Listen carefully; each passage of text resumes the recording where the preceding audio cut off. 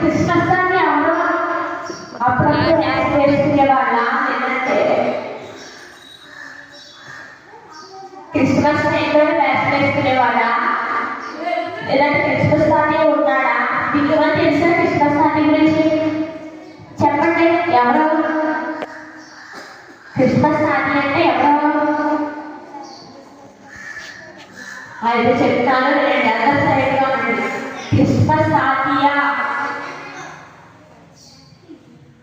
Christmas తాతయ్య అంటే శాంతా, తెలుసా?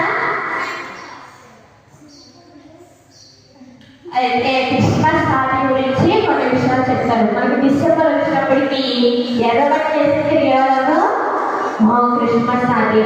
మరి క్రిస్మస్ తాతయ్య, అసలు క్రిస్మస్ తాతయ్య ఎందుకు పేరు వచ్చింది? క్రిస్మస్ తాతయ్య ఎందుకు పేరు వచ్చింది? అసలు డిసెంబర్ అని క్రిస్మస్ తాతయ్య ఎందుకు అన్నారు? ఓకే, చెప్తాను వినండి. క్రిస్మస్ తాతయ్య ఎందుకు పేరు వచ్చిందంటే, క్రిస్మస్ తాతయ్య ఒక మనిషి, ఆయనకి ఒక పేరు ఉంది. ఆయన పేరు సెయింట్ నికోలస్. సెయింట్ నికోలస్ ఆయన పేరు. ఆయన ఒక వ్యక్తి.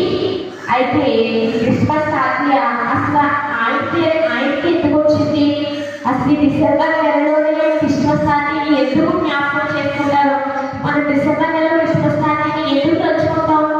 క్రిస్మస్ వచ్చిందంటే చాలు క్రిస్మస్ తాతయ్య అంటూ తలుచుకుంటాం, అవునా కదా?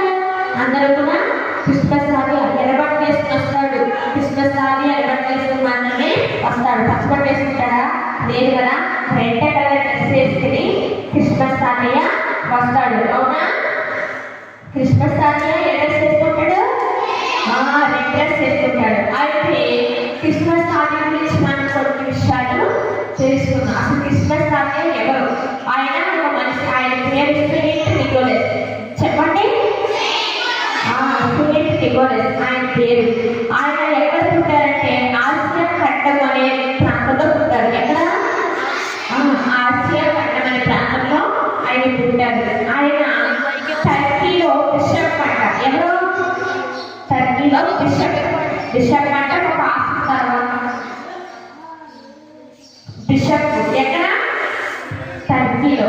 అయితే క్రిస్మస్ తాతయ్యకి అసలు డిసెంబర్లోనే ఆయన తెలుసుకోవడం ఏంటి? క్రిస్మస్ తాతయ్య గురించి ఆయన